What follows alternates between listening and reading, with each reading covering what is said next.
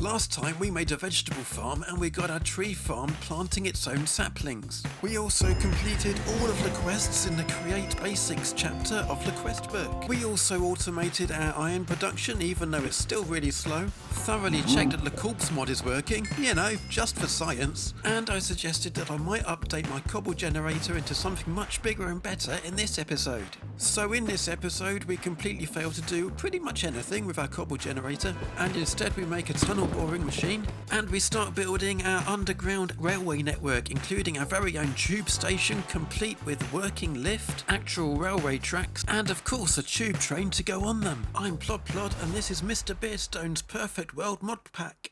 Okay, I said I wasn't going to do a title screen, but never mind, I've done it now. One item that I'm going to need that isn't covered in the quest book is this thing called the mechanical plough, and I think I either have or can obtain all the ingredients I need to make it. I just need to flatten some of this iron, then just grab the recipe from the crafting book, and there we have it. I also want to make something called a schematic cannon. We're not actually going to use that in this episode, but it's a cannon. Why wouldn't I want to own one? To go with that, we are going to need a schematic table. Basically, schematics are a way of transferring builds from one world to another, provided you've got enough materials, and we're definitely going to be exploring them a little bit more later on in the series. Today though, I'm building my first minecart contraption, and I'm just adding some drills to the front of it because this is going to be our first tunnel boring machine. Minecart contraptions are great because not only can they move along and mine out tunnels and things like that, but they don't need any power, so you don't need like water wheels and things like that to be attached to them for them to work. Just behind those drills I've got these two deployers here that are going to place down blocks if there aren't any, and then place down rails on top of those blocks. And here at the back of the build we've got our mechanical plough that you just saw me make, and that's going to scoop up the rails and put them back in the contraption's storage. Speaking of which, it doesn't actually have any storage yet. Let's go and get some chests and add them to the machine. Now you might have spotted that I've got ordinary rails under my minecart contraption, and that's because I'm going to use a furnace minecart, and a furnace minecart will keep going along, so it doesn't need powered rails. As long as it's got fuel, it'll move itself along. And the best source of fuel I've got at the moment is wooden slabs. That's the most efficient way of burning wood, so I'm making a whole bunch of spruce slabs that I'm going to use to power my minecart contraption. And all I've got to do is chuck them into one of these chests. Doesn't matter which one, it's all joined up. The other thing I need to make sure it's got is some cobblestone so it can lay down some blocks in front of it to put the rails on. And we're nearly ready. All I've got to do now is grab myself a lever and then some super glue to stick it all together with. So starting at the front, I'm just going to select this drill here and then see if I can get all of the drills in one selection. I can't because of the shape of it. That's okay, we can join the different selections together. As long as they overlap, it will all combine into one contraption. Another rule is that all the blocks within your selection have to be connected to each other. So if you've got a funny shaped contraption like I've kind of got here, then you do have to do it in different sections just in order to combine it all together. And that's all good, it's all fine. It does mean that occasionally you end up leaving some blocks behind accidentally, and I'm sure I will be doing that later on. Right now though, I think we're ready for our first test, so I've got my furnace minecart, and let's see if this machine moves, shall we? I just need to pop my lever down and then power it. Well, it's kind of moving, but that's not quite what I had in mind. Now how do I stop this thing? Oh okay, like that. That's easy enough. I think the reason I couldn't get it moving is I need to actually nudge the minecart itself. So that means a slight redesign so that I can get in behind it to give it a nudge. We still want the mechanical plough at the back, but we just need the connection that joins it to the rest of the contraption to be high enough that I can get underneath so that I can nudge that minecart. With that all done, I think we're ready to give it another go. So it's powered up and I just need to get behind here and give it a nudge. Yay, that seems to be working. It's not exactly fast though, is it? Is it slowing down? It's got all that fuel to burn, so I'm not quite sure what's going on there. Maybe the furnace minecart doesn't like burning slabs, which is a bit of a shame, because if it will only burn coal, then, well, I don't have a lot of that. Now I should be able to pick the contraption up or bring it back to the start point. Let's turn it off and see if that does anything.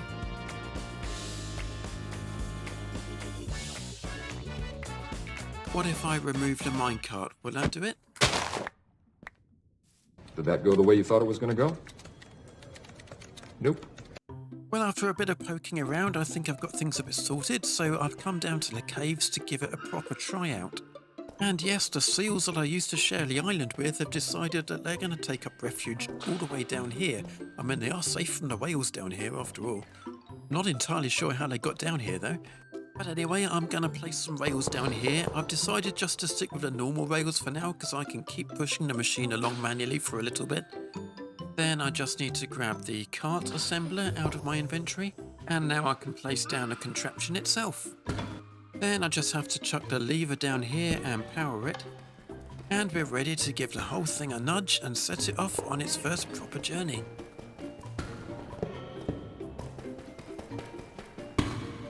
So it's drilling away at the front and it's laying down cobblestone and rail to make sure it's got somewhere to go along. That's pretty much working perfectly, we just need to figure out the self-propulsion bit of it. So I've added a deployer to deploy redstone torches and swapped the rails for powered rails.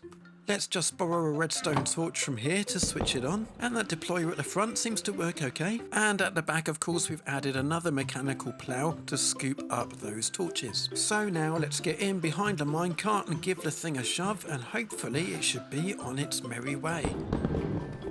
Well, it seems to be moving along pretty nicely.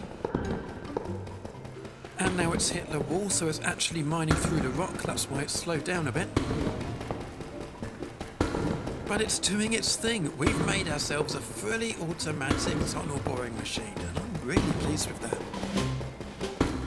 A little while later, and here's the end of my tunnel, and I've stopped here because if you look in the map in the top right hand corner, you'll see that we've made it all the way to the big island.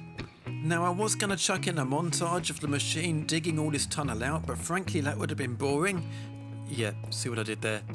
Boring. Okay.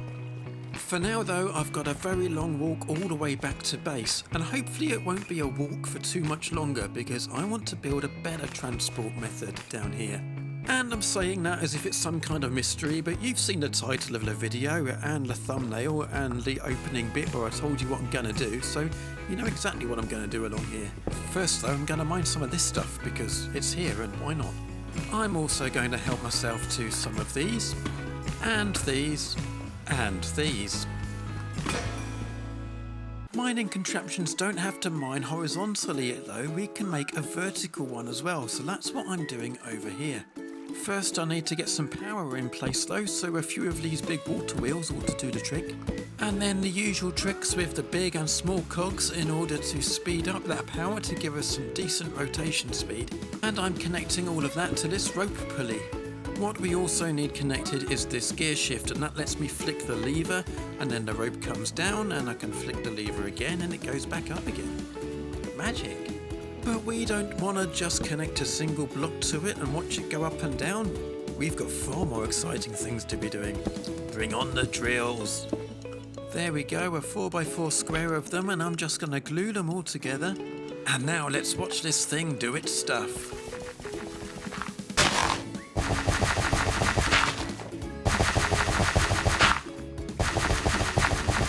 Well, I've let it go down a few blocks, but I've remembered I haven't put any storage on it, so I'm just going to bring it back. And now I'm just going to spam a few chests over the top of it and glue those on. And down it goes again. Well, after quite a bit of mining, it seems we've hit a waterlogged cave, so I'm going to pop down there and see if I can block some of that up. We've still got a fair bit of water down there to clear though, and we know something that's quite good at clearing water. Uh-oh.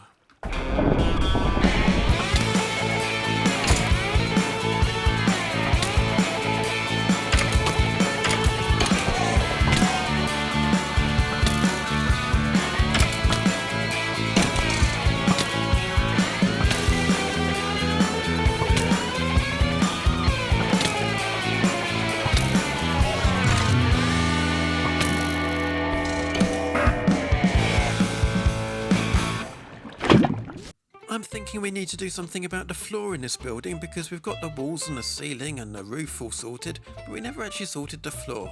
I fancy some sort of wooden floor, so I'm looking at the carpenter's workbench to see what we can make.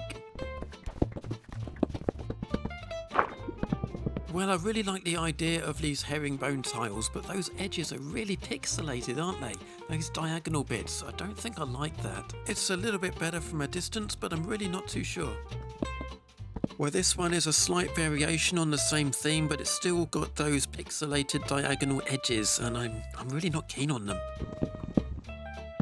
Going for a straighter design then, and this one I quite like.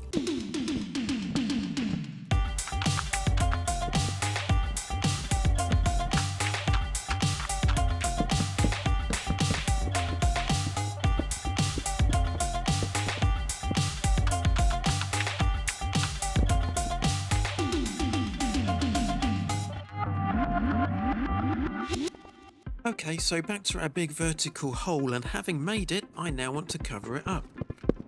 And that's because our drilling machine has now done its job and it's time to dismantle it.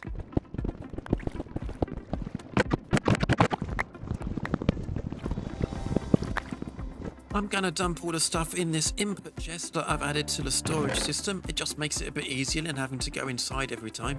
And we want to turn our vertical shaft into a lift shaft. So the first thing I need to do is define this as the top floor. And to do that, I'm just giving myself a couple of blocks in the corner here, one over the shaft and one on the ground. And then I need to put in these redstone contacts facing each other. One goes there and the other one goes that way round. But hold on a second, because I've put that exactly underneath where the pulley needs to attach to the lift, and that might not be the best idea. But we'll figure that out later. For now, down here at the cave level, I'm going to put another redstone contact in the same place, but obviously lower down. And by doing that, we've kind of defined two floors where we want our lift to be able to stop. But as the pulley hasn't connected to the block underneath it, I'm going to move these redstone contacts over to a different corner to see if that solves our problem. So I'm going to put them in this corner instead, up here. And down here, and if I put a button on there, we should be able to use that to cool the lift down to this floor. Back at the top, and I'm really getting fed up going up and down that ladder, we just need to add some contraption controls to this lift and then glue the whole thing together, and then hopefully it should stop working.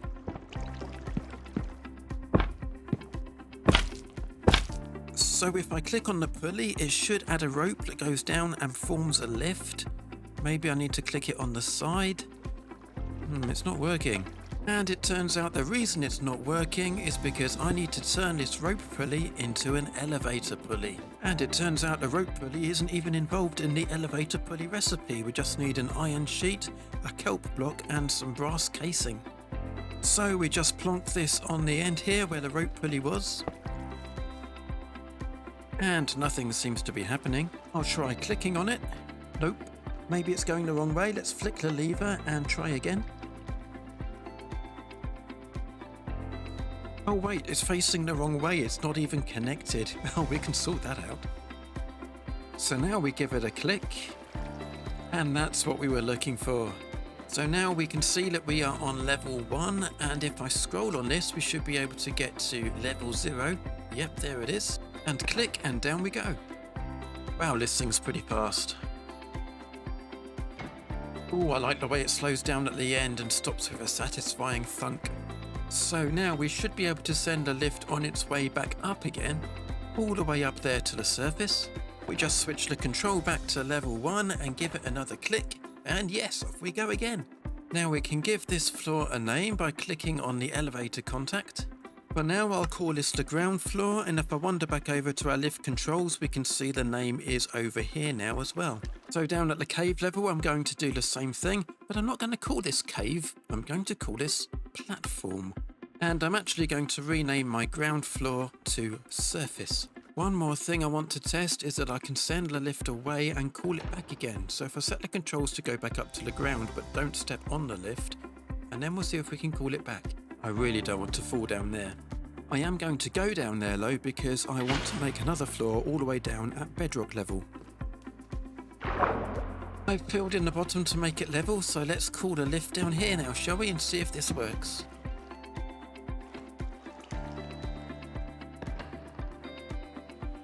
So we've got a mechanically working lift, but it doesn't really look like a lift. It needs some doors, it needs some walls around it, and it needs to be safe so that when the lift isn't here, I don't end up falling all the way down the lift shaft.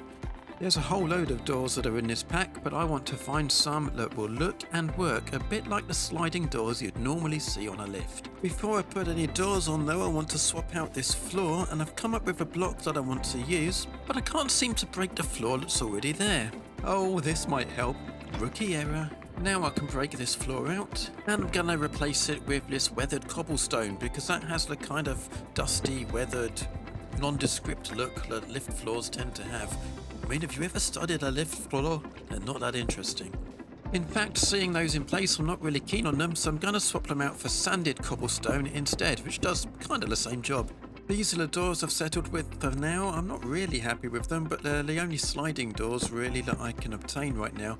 And it's time to put the walls in as well. And I've got these sort of half blocks that we've got from the framed set. Well, I've swapped out the doors for these andesite ones because the others didn't seem to want to open and close with the lift. And as you can see, we've filled in those framed blocks. So let's take the lift for a spin and make sure the doors open when we get to the other floor. Here we are, we're just arriving now, and there you go. Well, it's quite a bit later now, and we're heading back down because I want to show you this. I've been pretty busy with the tunnel boring machines, and we're starting to make the shape of a railway platform and a railway, of course. We've just got a bit more deep slate to clear out, and then we'll be ready to start decorating. Here we are then, and the bit I'm standing on is obviously going to be the platform, and then we've got the track bed down here. And this tunnel goes all the way off to the west, to the island that we found over there. And if I scoot round this way, we've got the beginnings of a tunnel that goes off to the south, and we'll join up with the big land mass over there. Just want to replace some of this tuff on the track bed with deep slate, because tuff doesn't really look right there, and then we'll get on with the rest of the decoration.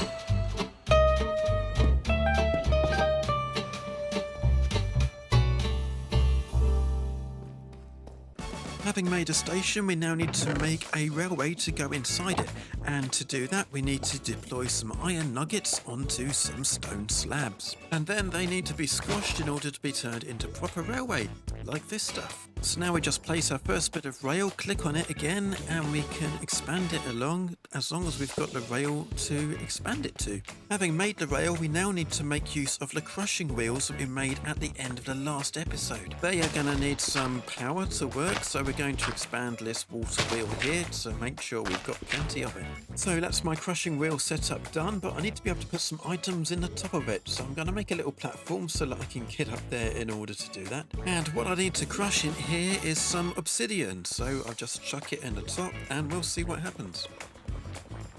And we get some more obsidian out and some powdered obsidian, which is what we are going to need for the next thing we're going to make. So we're trying to make a train station which involves a train casing and a compass. For the train casing we need to deploy a sturdy sheet onto some brass casing, and for the sturdy sheet we need to spout some lava onto our powdered obsidian and then squish it a couple of times. Let's be honest, some of these recipes are really weird. But anyway, we've made our train station and we have some train casing, and that means we can actually make a train to go on these tracks. So I click on the rails to create a train station and then put the actual item down somewhere. Then we should be able to click on that with our train casing to start our train. Except that doesn't seem to have worked. It turns out we have to put the station into build mode first. Now we can click with the casing, and this time we get our first bogies. I've got a design for a train that I've been building in Creative, and thanks to the schematic table that we built earlier, we can introduce an outline of that train into this world. We could use a schematic cannon to actually build it for us, but that involves a lot of gunpowder, which I don't have much of at the moment. So for now I'm using the outline to copy the design manually.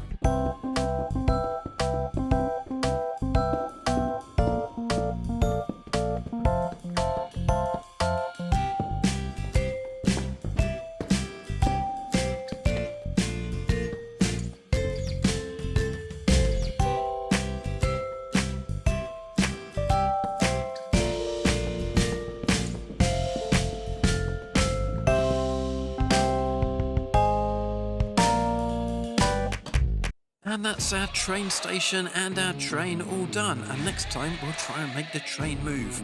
I hope you've enjoyed this episode. I'll see you then. Bye bye now.